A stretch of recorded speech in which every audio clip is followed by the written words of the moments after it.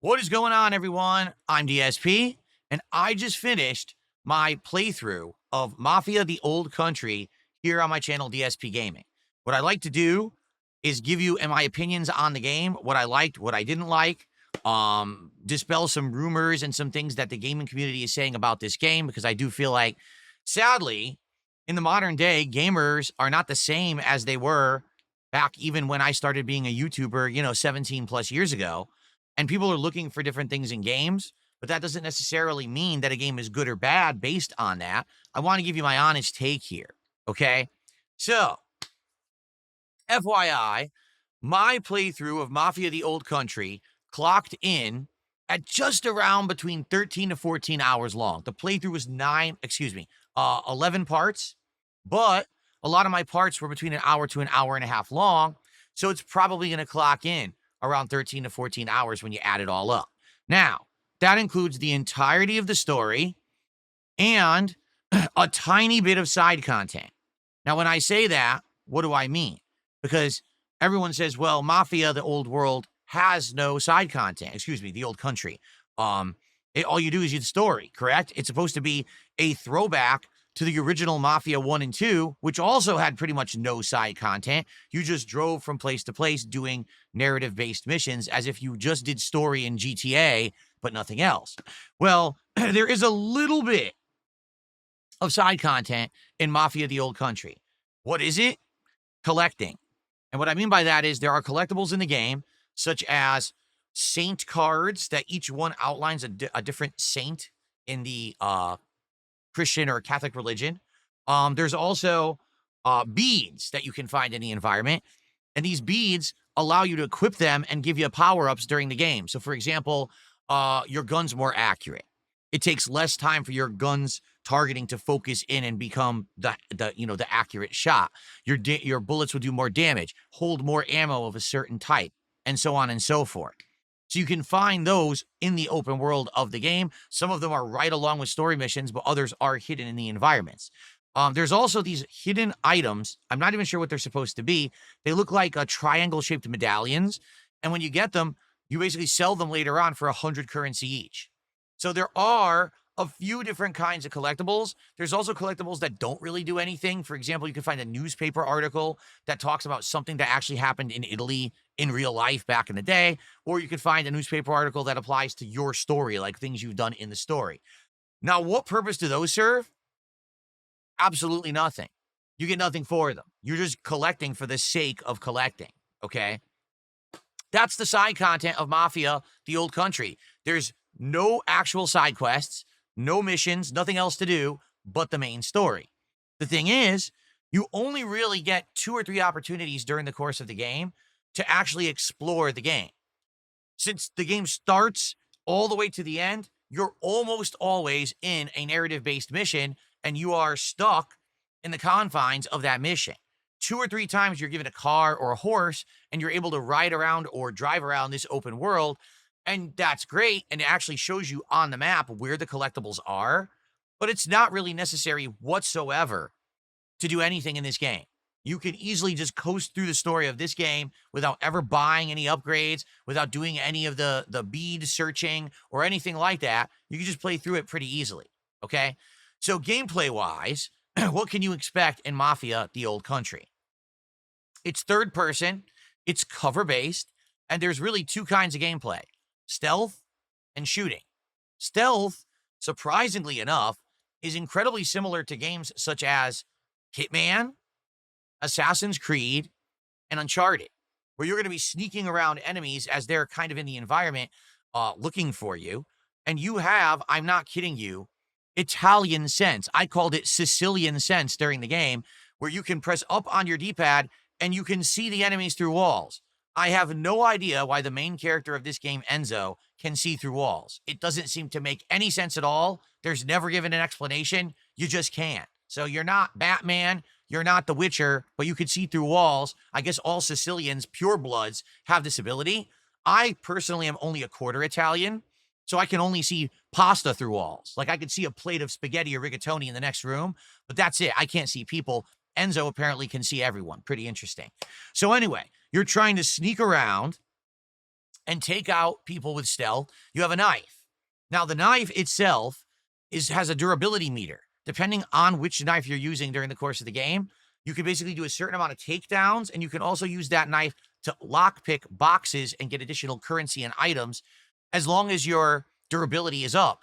Now, once it runs out, you can't use a knife anymore. So now you can't fight anybody. Okay. There is a silent takedown that you can do without the knife, but that requires you to hold the button and tap repeatedly, which takes a lot more time than just stabbing them. So ideally, you want to be using the knife, but if you're okay with the stealth takedowns, then you could tap the button as well. You can find whetstones in the environment that allow you to sharpen the knife, and then you can use it again to full durability and do more takedowns and assassinations or open more boxes.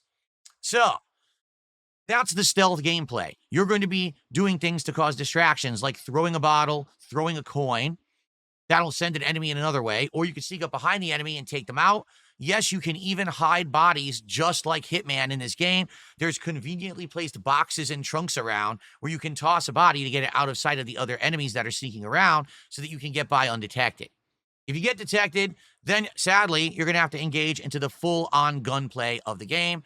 I would say that the gunplay is incredibly similar to Uncharted, or maybe even Tomb Raider, cover-based, popping out of cover, aiming, waiting for your targeting to center, then firing, getting back behind cover, popping out again, doing it again. I would actually say that the gunplay is the most challenging thing about the game. Why? Because I played it on normal difficulty, and enemies shot you for significant damage. Like, you have a health bar that's around 4 or 5 chunks of health. I think it's 5. But when you get shot in this game, you usually lose 2 to 3 chunks of health with one shot. So you can only take maybe 2 shots maximum before you're forced to heal yourself, or you're dead. And then you got to replay from a checkpoint. Healing items aren't very plentiful, but after you kill an enemy, you can loot them. And if you loot them, you will then actually start to find ammo and healing items, and that'll help out in combat. Guns, you get a handgun, a rifle, shotgun. Either rifle or shotgun, you have to pick between one of the 2 classes. And there's some throwables like grenades. So again, a la Uncharted, right? There's no gun in this game with a scope. You can never zoom in. You're always just doing cover-based, popping out, wait for the targeting to narrow, fire, go back behind cover. That's the entirety of the combat of the game. There's no significant melee combat whatsoever. It's really just takedowns with the knife or shooting people. So that's the vast majority of the gameplay of the game. Now, there are 2 other kinds of gameplay in Mafia the Old Country. One is driving, and one is knife duels. Driving. Quite honestly, I think that this game had more content to it because it seems like the driving is so lackluster, not fleshed out, and not much to it. But then there's an entire stage where you have to drive in a race. Doesn't seem to make sense. It's like, in fact, the driving is so like taking a back seat. Every time you get into a car for a story mission, it actually asks you, do you want to skip? And you can just skip. You can literally skip all the driving in the game by just holding the D-pad, which is really weird. The thing is, a lot of the times you want to at least do some driving because there's dialogue that happens in the car. You know, a la GTA, where sometimes you're driving around the city and the characters talk and it fleshes out the plot. Well, that actually happens in Mafia the Old Country as well. So you probably don't want to always skip the dialogue. So you probably don't always want to skip the drive. But the driving is so basic. You're just basically trying to drive these old-timey cars around the countryside, and they barely drive. I mean, their handling is terrible. You can't really make turns at any kind of speed. You just start fishtailing, and you can't control the car.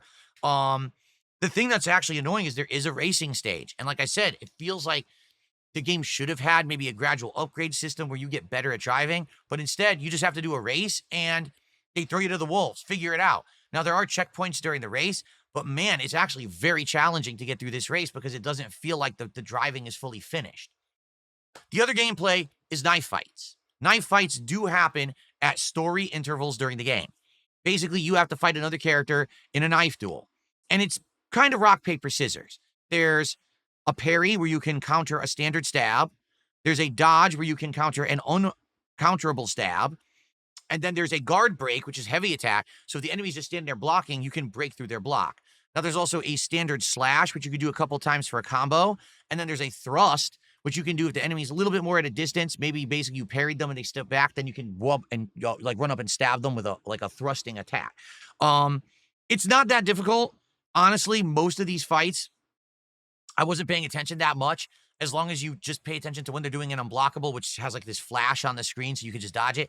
Outside of that, you can mash buttons a lot and get away with it. There was a lot of times they were doing an attack and I just interrupted it with my own attack. Not that difficult. I'd say at the very end of the game, there's 2 story-based duels that are a little bit harder, but for the most part, it's pretty simple. It's not a big complex thing. The only thing that will ever make you slightly better at a duel is that you can get a bead later on in the game that you can equip that actually makes the duels easier. And then also there's knives that you can purchase in the game. As you play the game, you're going to find currency by looting people, or like I said, by selling those medallions. And as you get this currency, you can buy some better guns and a better knife. And the knife can basically have like upgrades to its durability, so you can use it more before you have to use the whetstone. But some of the knives just say right outright, oh, they're better in a duel, you know? So that'll help you. But outside of that, that's literally it. So there's stealth, there's third-person shooting, there's driving, there's knives, and there's every once in a while collecting stuff in the environment. That's all you do in Mafia the Old Country. Now, before you say, well, wow, that sounds like a really boring game, why would I want it? The game's story is where it shines. This game, much like the original Mafia games back in the day, is heavily focused on narrative. And what I will tell you is this. The graphics of this game, at least on PC, because I played the PC version of the game, are outstanding. The environments are beautiful. Driving through the Italian countryside is gorgeous. The lighting, the attention to detail as you're going around. You're seeing petals falling, trees are moving. The NPCs in this game are extra special. What do I mean by that? Most games these days, you go into an environment with a whole bunch of NPCs, you know, in a town or a city. They all look like crap, right? But you're not supposed to focus on them. You're only supposed to be focusing on the protagonist characters in the foreground. Why are you looking at the background or whatever? In this game, everything looks gorgeous. Like every environment, every part looks good. And I think the reason is because it's a short narrative-based game. If this game was 20, 30, 40 hours of grindy open world content, the game devs would have had to focus on all of that and not had the time to focus on the little attention to detail. This game has a lot of detail. So if you want to be immersed and really feel like you're in Italy back in the early 1900s, this game nails it. That being said, for the majority of the time that you're playing this 13 to 14 hour game, you'll be in a story mission, just going on rails, doing what the game is telling you to do. And if you fail or veer from it at any point, it'll say, oh, you failed the mission, and then just load you back at a checkpoint. Don't expect variety. Don't expect anything that breaks the mold. It's just a story to be told. Now, admittedly, you might say, well, then why is it even a game? It's a good point. Then again, take a look back at the olden days of gaming 15 years ago. There was a lot of games like this. In fact, notably, Mafia 1 and 2 were both like this, where they were 10 to 15 hour experiences. All you did was basic gameplay elements on rails and enjoyed the story. And both Mafia 1 and 2 were very enjoyable experiences. Mafia 3 veered from that formula. Mafia 3 had an open world with an incredible amount of content in it, but all the content was empty. Do you want to do a base takeover or fight this group of criminals or do this kind of looting or whatever it is? And the game required you to do it in order to unlock story missions. It was insanely boring. It was incredibly time consuming. It was a waste of the gamer's time. And I highly criticized it back then when the game came out during my review that the game would have been better without it. Why couldn't it just be narrative based like Mafia 1 and 2? The problem is we're now 10 years later. And in 2025, it seems like the vast majority of gamers have just been conditioned to expect at a minimum of 20 hours of gameplay, if not more, and that you're going to have side content to do. This game doesn't have it. So a lot of people right now who are playing Mafia the Old Country are just slamming it and saying, oh, no, there's not enough content. There's not enough going on. It's boring. My viewers on my streams when I was playing this game said similar. Are you still in story? You're still in a story mission? Like, what are you doing? That's the game. Like, that's the point. They wanted to go back to their roots because people complained about Mafia 3, and they did, but it seems like a lot of people have forgotten that a game without an insane amount of side content can still be good. The game does respect your time. It doesn't send you on any wild goose chases, boring repetitive quests. Instead, just enjoy this fun narrative. Now, how is the narrative? It's good. Is it the best I've ever seen? No. Basically, if you like Mafia movies, if you like Mafia TV shows, if you like previous Mafia video games, you're going to like Mafia the Old Country. It's the story of an up-and-comer, how he becomes part of the mob, how he gets into trouble, and how his story ends. Now, I'll say this. A lot of people during the course of the game were saying, does this tie to the other Mafia games? Yes and no. There's a couple characters in this game who do appear in the other Mafia games, but there's never a direct correlation. Nothing you ever really do in Mafia the Old Country determines something that happened in another one of the Mafia games, and the story of the main characters does not tie into the other Mafia games. So it never really feels like, oh, it's a prequel. So if I do something wrong, well, it doesn't make sense because this happened in a future game. No, like that doesn't happen.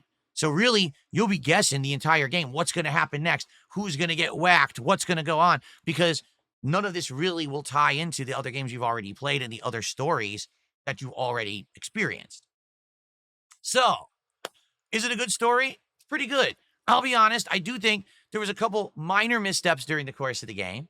Number one, I'll say that I do feel like the ending was a little underwhelming for me. I was hoping for a slightly better ending. It was just okay. I wasn't angry, but I also wasn't like, wow, that was a great ending. It was just like, it was all right. Okay? The only other thing that I'll criticize, and I do think that this is the case, I do believe that this game originally was being designed to be an open world Mafia game, much like Mafia 3. And then at some point during development, I think they changed it. Okay. I don't know what would have caused that or whatever. Maybe the budget got cut, the development time got cut. These companies now, these days, especially game development companies, priorities are constantly shifting around. 2K Games very well could have come down halfway through development and been like, you're done. Finish it. And like, oh, well, good. We finished the story, but we don't have any side content. That's fine. We'll just sell it as a discounted game. Mafia the Old Country retails for $49.99 USD. It's not a full-fledged retail game. It's discounted by $20 because the game developers knew this was not a game that was going to be lengthy. Now, is that okay? I would say never during my game playthrough did I feel like the game was disappointing in that regard. But I will say this, there's entire environments you only go through once ever, and there's no reason to ever return. There's only one firefight. That's it? There's only one firefight in this area? Then why does it even exist? Right? It's pretty crazy. There's a big map in Italy, open world, and there's nothing in it. It's empty. You go there once, you fight, and then when you go back, if you ever want to go back during the 2 or 3 times they let you drive, there's nothing there. There's no point to ever returning. Why does it even exist?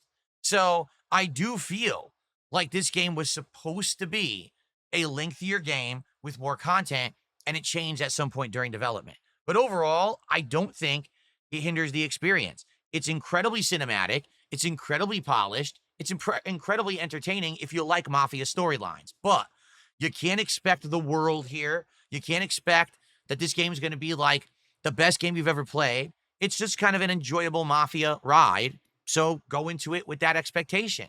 If you don't, if you go in with, oh, this better be 20, 30 hours of side content, this better be like mind-numbingly amazing, and I can't believe it, you're not going to get that kind of an experience. It's still fun. I'm happy that I played it. It's not like I feel like I got ripped off or anything because I paid $50 for 13 hours. Hey, I was able to wrap it up within a week and a half of me getting the game and having an enjoyable experience with my audience. I'm okay with that. I just think a lot of other gamers today won't be. Again, some of my audience, while I was playing it, were like, man, this game sucks. Look, you're just doing story. It's another cutscene. It's another cutscene. Yeah, games used to be like that. Games used to be heavily narrative focused until all of a sudden we were told, no, this game must have 20 hours of grinding. Doesn't make it better. If it had 20 hours of meaningful grinding that made the game better, great. But we already saw that with Mafia 3 and it failed. So there you have it. So Mafia the Old Country, a very beautiful, fun ride in the world of the mafioso back in the day in the 1900s Italy. If you like those kind of things, you're going to like it. Just understand that it's going to play like other games that you've played before, and it's going to be over sooner rather than later. If you're okay with that, check it out. If you're looking for a game with more, you're not going to get it here, and you're probably going to be disappointed. But for those of us who like Mafia storylines, it's fun. That's my take on Mafia, the Old Country. Thanks for watching. I hope you enjoyed it. See you soon.